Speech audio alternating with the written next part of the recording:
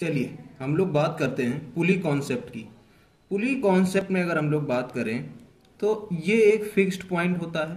इस fixed point से यहाँ पर एक पुली हैंग कर दी जाती है। ठीक है, ये आपका फिक्स पॉइंट, इसको इस तरीके से हम लोग रिप्रेजेंट कर सकते हैं। क्लियर, ये आपकी हो गई पुली, और इस पुली से एक स्ट्रिंग इस टाइप से हैंग आउट कर दी जाती है, ऐसा लटका दी। ठीक है, ये पुली है आपका, ये स्ट्रिंग है। इस स्ट्रिंग से एक तरफ एक मास लटका दिया, दूसरी तरफ भी एक दूसरा मास लटका दिया। क्लियर। अब क्या होता है कि ज्यादातर क्वेश्चंस में 95 या बोल सकते हैं 99% क्वेश्चन में हम हमेशा इस स्ट्रिंग को, ये जो हमारी स्ट्रिंग है, इस स्ट्रिंग को हम क्या मानेंगे, हमेशा मासलेस। स्ट्रिंग कैसा होगा, massless and inextensible. Massless and inextensible मतलब पुली का मास कंसीडर नहीं करेंगे क्वेश्चन में, और वो इसमें क्या होगा, जरा सा भी एक्सटेंड नहीं होगी, मतलब खिंचाव नहीं होगा। क्लियर, इसकी रिजिडिटी एज इट इज बनी रहेगी। तो ये क्या हुआ हमारा, ये हुआ पुली। क्लियर। अच्छा, पुली को हम फ्रिक्शनलेस मानते हैं ज्यादातर क्वेश्चन। पुली को क्या मानते हैं, फ्रिक्शनलेस, मतलब ये जो इसका सरफेस है एकदम स्मूथ सरफेस मानते हैं। पुली का सरफेस कैसा मानते हैं, स्मूथ सरफेस मानते हैं कि यहां पर फ्रिक्शन बिल्कुल नेग्लेजिबल होगा। क्लियर, ये बातें समझ में आई। तो ये क्या था हमारा, एक फिक्स्ड पॉइंट था। ये क्या था, फिक्स्ड पॉइंट था। ये पुली है आपकी जो फ्रिक्शनलेस है, और ये आपका स्ट्रिंग है, स्ट्रिंग मासलेस एंड इनएक्सटेंसिबल है। इतनी बातें आप लोग ध्यान से एकदम माइंड में बैठा कर चलिए। अब जैसे इसका अगर मास हमने m1 ले लिया, इसका मास m2 ले लिया। Clear.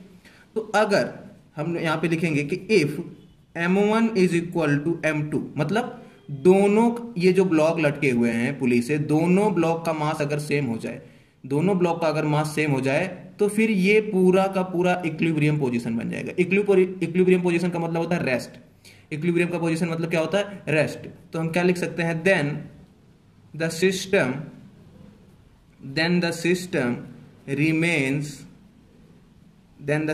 Remains at rest. Clear. Motion होगा नहीं, कैसे होगा मोशन, भाई दोनों मास इक्वल हैं, आपने ऐसा लटका दिया तो आप सोच के देखिए, एक बैलेंस यानी एक तराजू की तरह हो गया ना ये, कि दोनों तरफ इक्वल हैं, तो आप ऐसे हैंग करके रखोगे तो ना ये इधर जाएगा ना ये इधर जाएगा, यानी एक को कम ज्यादा होना पड़ेगा। क्लियर। चलिए अब आगे बात करते हैं हम लोग कि अगर हम इसको प्रूफ करना चाहें कि ये मास m1 है, ये मास m2 है, तो क्या इसमें मोशन होगा कि नहीं। अगर प्रूफ करना चाहें तो ऐसे प्रूफ कैसे करेंगे, इक्वेशन से कैसे प्रूफ करेंगे, देखते हैं। देखो, जब भी इस स्ट्रिंग से कोई चीज लटकाई जाएगी तो इस पर एक फोर्स लगता है, उसका नाम होता है टेंशन फोर्स।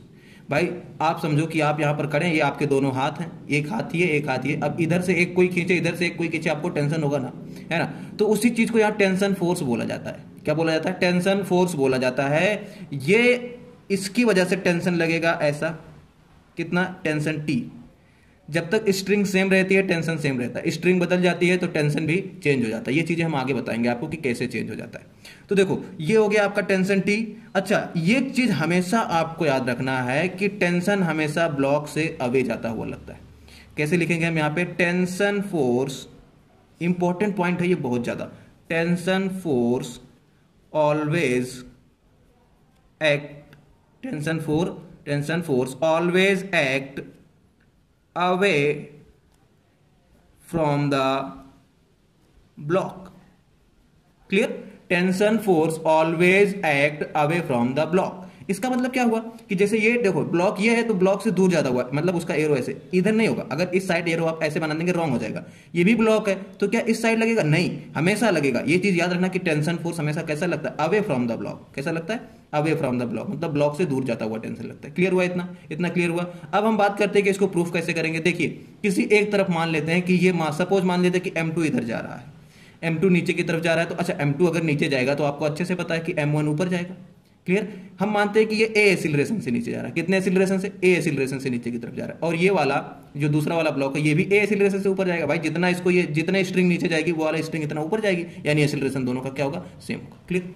अब आपको फोर्स का फॉर्मूला पता है, न्यूटन सेकंड लॉ में हम लोगों ने प्रूव किया था। फोर्स का फॉर्मूला क्या होता है आपका, मास इनटू एसिलरेशन। फोर्स का फॉर्मूला क्या होता है, मास इनटू एसिलरेशन। क्लियर, यानी F is equal to m into A, ये आपका फोर्स का फॉर्मूला होता है। ये हम लोगों ने पहले पढ़ा हुआ है। क्लियर।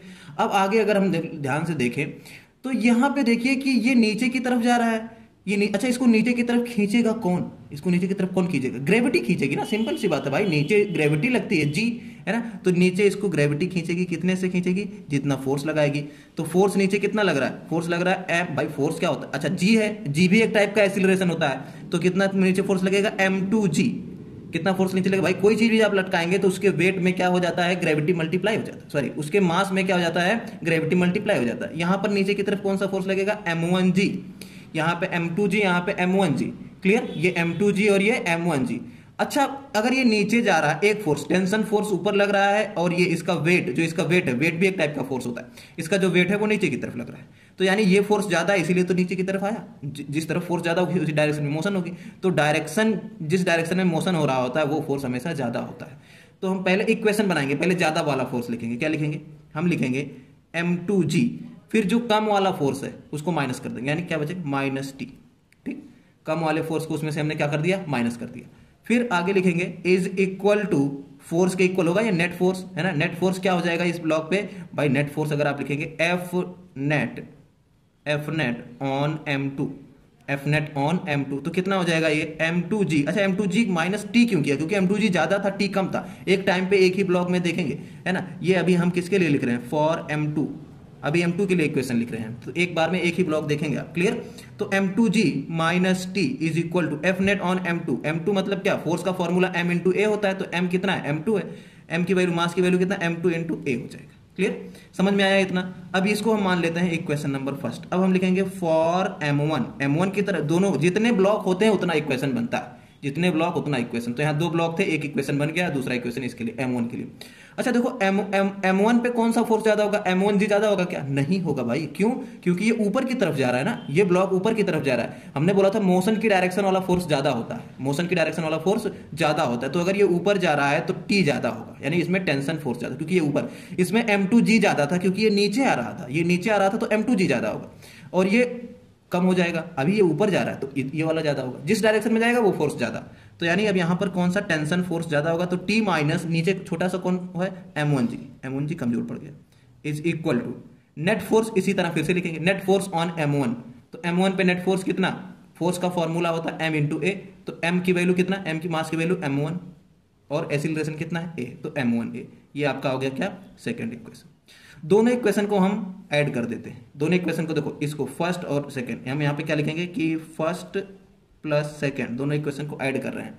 अगर आप दोनों इक्वेशन को ऐड करेंगे तो क्या होगा कि ये देखो यहाँ पर t माइनस है और यहाँ पे t प्लस है, तो t से t कैंसिल, एक जगह पे t क्या है माइनस, एक जगह पे t क्या है प्लस, तो t से t क्या हो गया, कैंसिल आउट हो गया। देखो ध्यान से, एक इक्वेशन ये बना और एक इक्वेशन ये, तो t यहाँ पे माइनस का था, यहाँ प्लस का था, t क्या हो जाए कैंसिल, बचा क्या, m2g बता ऊपर वाले इक्वेशन में, देखो ऊपर वाले इक्वेशन में m2g बचा, नीचे क्या बता माइनस, इसके आगे माइनस है, माइनस m1g बचा, और यहाँ पे बचा इज इक्वल टू कितना, ये देखो a दोनों जगह पे, तो a कॉमन हो जाएगा और ये क्या हो जाएगा, a कॉमन हो गया, और ये बच गया m1 प्लस m2, क्यों, क्योंकि देखो a यहाँ भी था, यहाँ भी था, a कॉमन ले लिया, और m1 प्लस m2, क्यों प्लस, क्योंकि दोनों को ऐड किया है, दोनों को क्या किया, ऐड किया। अब अगर हम ध्यान से देखें तो यहाँ पर g कॉमन आ रहा है, देखिए यहाँ पे g कॉमन आ रहा है, g कॉमन ले लीजिए, g कॉमन अगर हम ले लेंगे तो क्या हो जाएगा, m2 माइनस m1 इंटू ये g कॉमन हो गया, देखो यहाँ भी g था, यहाँ भी g था, कॉमन ले लिया, इज इक्वल टू यहाँ पे a कॉमन था, तो m1 प्लस m2, क्लियर। अब अगर हम एक्सीलरेशन का फॉर्मूला निकालें यहाँ से, तो a इज इक्वल टू ये आके यहाँ डिवाइड हो जाएगा, तो g m2 minus m1 divided by m1 plus m2, sorry ये a2 नहीं होगा, ये m2 होगा, तो m1 प्लस m2, क्लियर। इतना समझ में आया आप लोगों को, क्या हो गया एक्सीलरेशन, इसको हमने इधर डिवाइड कर दिया, तो एक्सीलरेशन का फॉर्मूला क्या आ गया, g m2 minus m1 divided by m1 plus m2। अब ध्यान से देखिएगा, ठीक। अब ये वाला कंडीशन हम यहाँ पे लगाते हैं, कौन सा कंडीशन, जो हमने बोला था यहाँ पर कि अगर m1 is equal to m2 हो जाए, तो हम यहाँ पे ये वाला कंडीशन लगाएंगे, if m1 is equal to m2, अगर m1 और m2 बराबर हो जाए, तो यहाँ पे पुट करते हैं m1 की जगह पे m2 पुट करके देखो, तो एक्सीलरेशन आ जाएगा g m2 माइनस, और m1 किसके इक्वल हो गया, m2 के इक्वल हो गया, तो m1 की जगह पे क्या रख दोगे, m2 रख दोगे, डिवाइडेड बाई नीचे क्या आ जाएगा, m2 आ जाएगा, क्योंकि m1 की जगह यहाँ भी m2 आ जाएगा ना, और प्लस m2, लेकिन m2 माइनस m2 क्या हो जाएगा, जीरो हो जाएगा, यानी एक्सीलरेशन आ जाएगा g into zero divided by m2 plus m2, लेकिन ये जीरो जैसे ही मल्टीप्लाई होगा तो ये पूरी वैल्यू जीरो हो जाएगी, तो एक्सीलरेशन क्या आ गया, जीरो। यानी जब यहाँ एसिलरेशन जीरो आ गया तो क्या ये नीचे ऊपर कहीं जा रहा होगा? नहीं। इसका मतलब ये क्या हो जाएगा? रेस्ट में। तो एसिलरेशन जीरो आने का मतलब क्या हुआ कि it means the system, system मतलब पूरी पुली और सब मास सब चीज मिला के, it means the system at rest, it means the system eight rest. Clear? तो ये सिस्टम कैसा है? रेस्ट पर है, क्योंकि इस पर कोई किसी टाइप का फोर्स नहीं लग रहा, किसी टाइप का फोर्स नहीं लग रहा। क्यों? क्योंकि जैसे ही फोर्स इज इक्वल टू आप m इंटू ए लगाएंगे तो एसिलरेशन जीरो है, तो ये पूरा क्या आ जाएगा? फोर्स भी जीरो है। तो नेट फोर्स इस पर क्या आ गया? जीरो। जब नेट फोर्स कहीं जीरो आ जाए तो वहां पे मोशन नहीं हो सकता, जहां पे नेट फोर्स जीरो आ जाए वहां पे मोशन नहीं हो सकता। क्लियर? तो आज इस वीडियो में इतना ही करते हैं, बाकी का नेक्स्ट वीडियो में हम लोग कवर करेंगे। चलिए, थैंक यू।